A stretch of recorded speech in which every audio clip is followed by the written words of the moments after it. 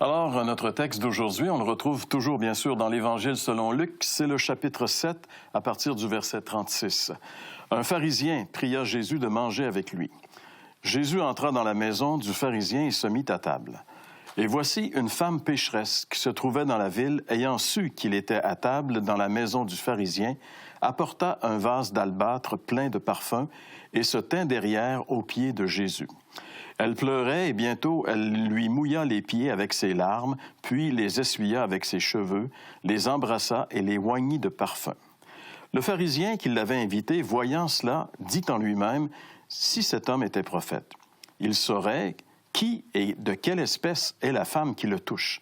Il saurait que c'est une pécheresse. » Jésus prit la parole et lui dit, « Simon, j'ai quelque chose à te dire. »« Maître, parle, répondit-il. » Un créancier avait deux débiteurs. L'un devait 500 deniers et l'autre 50. Comme il n'avait pas de quoi payer, il leur remit à tous deux leur dette. Lequel l'aimera le plus? Simon répondit, celui, je pense, auquel il a le plus remis. Jésus lui dit, tu as bien jugé. Puis, se tournant vers la femme, il dit à Simon, vois-tu cette femme? Je suis entré dans ta maison et tu ne m'as point donné d'eau pour me laver les pieds. Mais elle les a mouillés de ses larmes et les a essuyés de ses cheveux. Tu ne m'as point donné de baiser, mais elle, depuis que je suis entré, n'a point cessé d'embrasser mes pieds. Tu m'as point versé d'huile sur ma tête, mais elle a versé du parfum sur mes pieds. C'est pourquoi je te dis, ses nombreux péchés ont été pardonnés, car elle a beaucoup aimé. Mais celui à qui l'on pardonne peu, aime peu. Et il dit à la femme, tes péchés sont pardonnés. Ceux qui étaient à table avec lui se mirent à dire en eux-mêmes, qui est celui-ci qui pardonne même les péchés? Mais Jésus dit à la femme, ta foi t'a sauvée, va en paix. Ah, voilà ce qui s'est passé dans cette maison de Simon le pharisien ce jour-là. Tu vois, on a encore toujours le même défi, puis on ne peut pas quasiment y échapper. La prospérité dans tous les domaines, elle a un effet secondaire. La prospérité produit de l'arrogance, de l'orgueil. Parce que finalement, souvent, quand on vit dans un pays prospère comme le nôtre ici, c'est facile pour nous de regarder les pays pauvres pour dire « Ah, ils l'ont vraiment pas ». Tu sais, puis combien de fois, parce qu'on va souvent travailler dans ces pays-là, puis je suis tombé dans le panneau plusieurs fois en passant, là, tu sais. Donc, c'est un jugement contre moi-même que je vais faire, là. Mais combien de fois je suis arrivé dans ces pays en disant « Mais écoutez, tu sais, tu parles aux gens du village, il faut se prendre en main, puis il faut s'organiser. » Tu comprends? Puis là, à un moment donné, je me rappelle, j'avais parlé comme ça à un village, je vais essayer de voir, tu sais, pour aider. Puis j'étais prendre une marche tout seul après, puis je me suis dit, attends, toi, là, finalement, là, t'es-tu déjà pris en main à partir de rien? Combien de manifestations là, dans les rues pour que le gouvernement paye? Tu sais, les étudiants, l'éducation gratuite. Bien, il y a du monde qui paye pour ça, là. Ou combien de gens vont aller dans la rue, on veut des jobs? Tu sais, même en France, là, l'histoire des gilets jaunes. Ouais, tu sais. Là, on réclame du gouvernement, on demande au fond d'une place riche qui peut donner. Maintenant, quand tu pars de rien, c'est sûr que la foi est beaucoup plus accessible à ceux qui n'ont rien parce que ton espoir en toi-même est tellement bas, tu es tellement désespéré, la vie, elle t'offre tellement rien que tu es obligé de te demander, écoute, la solution, il faut qu'elle vienne d'ailleurs. Mais quand tu es devenu riche et prospère, tu penses que la solution vient de toi parce que tu contemples, encore une fois, l'idole le plus dangereux, soi-même. Et dis, on est capable, nous autres, on est merveilleux. Le pharisien ici, là, c'est une personnalité forte. Tu sais, c'est quelqu'un qui a une discipline de vie. Il a été capable de se prendre en main. Puis, en contraste, Luc nous dit ici qu'il y a une femme de mauvaise vie qui est arrivée. Qu'est-ce qui a fait que cette femme-là s'est retrouvée dans cette situation-là d'être une prostituée? Sans doute, si c'est comme aujourd'hui, souvent, c'est des histoires pathétiques. Ils n'ont pas décidé à 25 ans de dire « Écoute, moi, je choisis ce métier-là ». Souvent, c'est toute une histoire pathétique, difficile, des vies qui n'ont pas de bon sens, qui ont eux-mêmes souvent sont des victimes d'avoir été élevés dans des familles qui n'ont rien tourné rond. Alors, effectivement, qu'est-ce qu'on fait? Qu'est-ce qu'on fait avec ça? Et puis, c'est de plus comprendre, parce que c'est vrai que souvent, les religions en général, qu'on fait, nous, les humains. On peut pas blâmer les gens, dire que les religions, c'est des inventions humaines. C'est pas totalement faux. Parce que toute religion qui est faite par les hommes, c'est une religion que les plus capables vont s'en sortir et les plus faibles vont périr. Il n'y a absolument aucune différence avec ce monde athée. Les plus forts vont réussir, les plus faibles vont périr. Donc, tant que c'est humain, que la solution vient de notre bord, c'est nous autres qui l'inventent, la solution, les plus forts vont s'en sortir, puis les plus faibles vont périr à tous les fois. Ça me rappelle quand Jésus est rentré une fois pour faire une guérison. Il y avait un homme qui était à côté, tu sais, la piscine, où est-ce qu'on attendait finalement un mouvement de l'eau, puis le premier malade qui y tombait trouvait une guérison, en tout cas selon la coutume. Ce gars-là, il est là depuis 38 ans. Jésus vient à côté de lui puis dit « Veux-tu être guéri? » Drôle de question. Non, je viens passer mes vacances ici, tu sais, sur le bord de la piscine. Et puis il dit « Ben écoute, personne ne veut rester avec moi que quand l'eau va bouger, parce que le gars, c'est un paralysé, il est paralytique. Personne n'est là pour me jeter à l'eau. Donc, quand tu penses à cette histoire, au fond, c'est le gars le moins malade qui guérit le plus vite.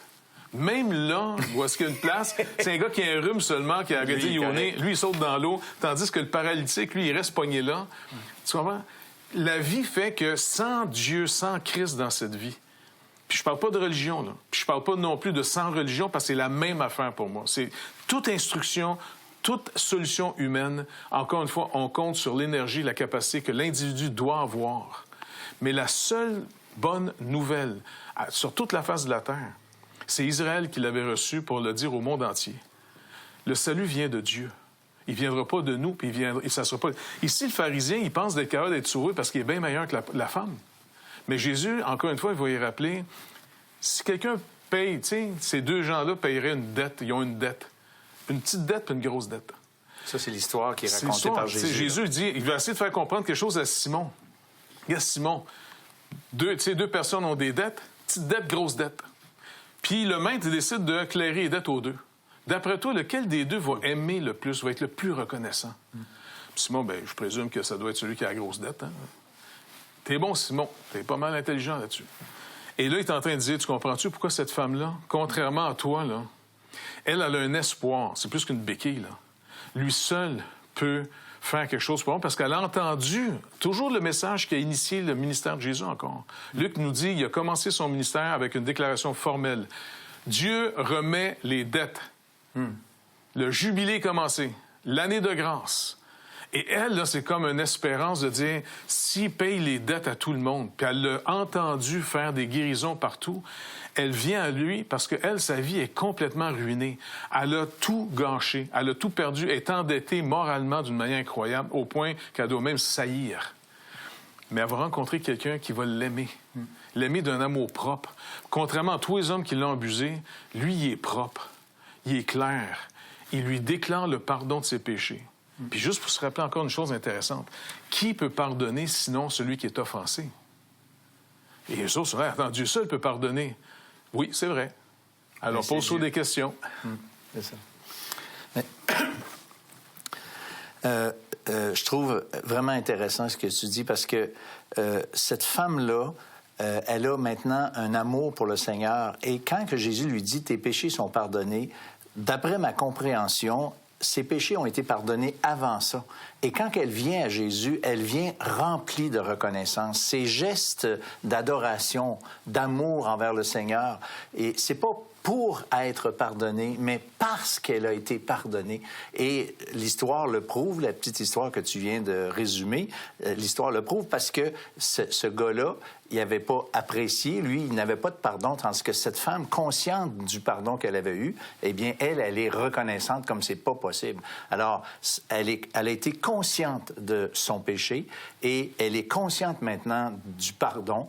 Et le Seigneur, quand il lui dit « Tes nombreux péchés ont été pardonnés », c'est comme s'il faisait juste, au fond, la rassurer, confirmer que effectivement tes péchés sont pardonnés. Et ça, c'est comme quand tu es un grand pécheur, dans le sens, tu sais que tu es coupable puis que tu as ruiné, tu as scrappé tout, bien, quelle assurance de penser que ce Christ peut vraiment pardonner les péchés.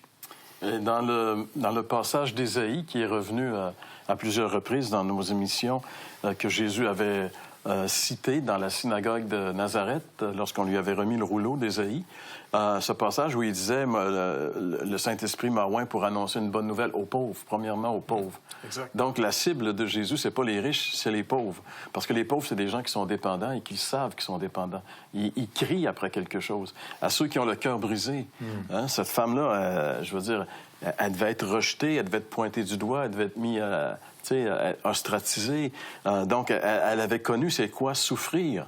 Et quand Jésus lui dit qu'il pardonnait ses péchés, alors c'était justement pour ce genre de personnes que Jésus est venu. C'est malheureux parce qu'il est venu, on pourrait dire aussi, pour les gens qui sont riches, les gens qui sont bien portants, mais eux, ils veulent pas, ils n'ont pas besoin, ils sont satisfaits.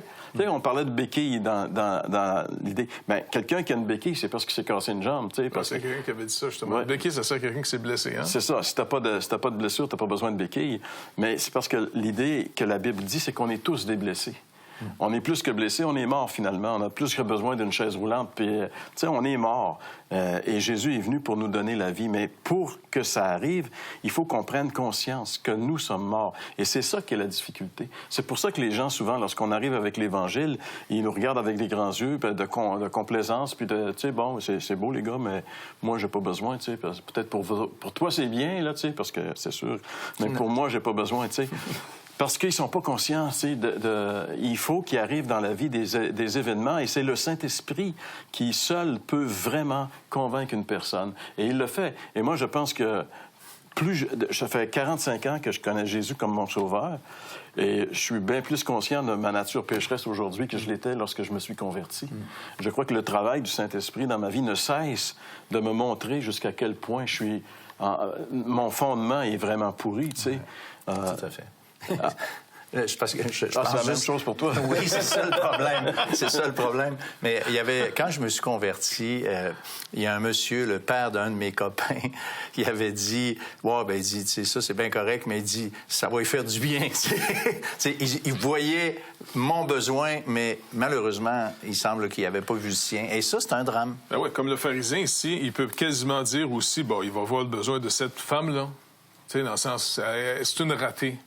Lui, c'est qu'un succès. Un pharisien, c'est quelqu'un qui réussit dans la société de son époque, religieusement, socialement. C'est des gens aussi qui prospéraient, qui étaient riches. Très riches. Donc, c'est des gens qui étaient une minorité dans la population de l'époque, mais c'était des gens qui avaient beaucoup de pouvoir, d'influence. C'était les modèles de la société.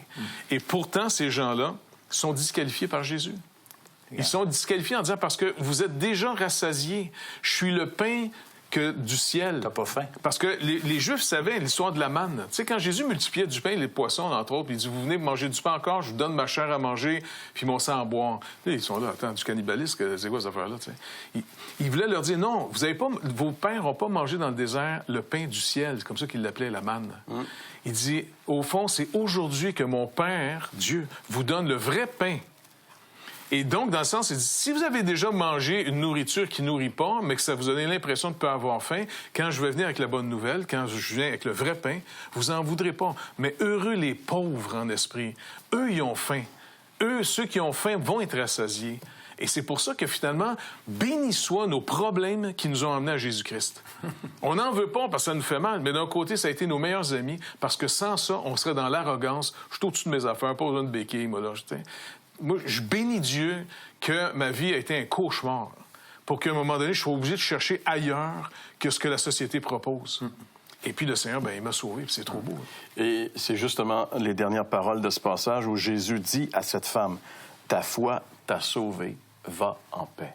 Ta foi t'a sauvé. » C'est merveilleux d'entendre les paroles même de Jésus à cette femme. Mettez-vous dans la peau de cette femme qui entend Jésus lui dire, « Ta foi t'a sauvé. » C'est pas juste pour cette femme, c'est aussi pour vous qui nous écoutez. Si vous avez la foi en Christ, vous allez obtenir le salut éternel de votre âme. Comment est-ce que c'est possible de développer une foi en Christ? C'est ce que Jean-François nous explique immédiatement après la pause. Vous avez des questions ou des commentaires sur ce que vous venez d'entendre? Contactez-nous par téléphone ou réagissez sur les médias sociaux.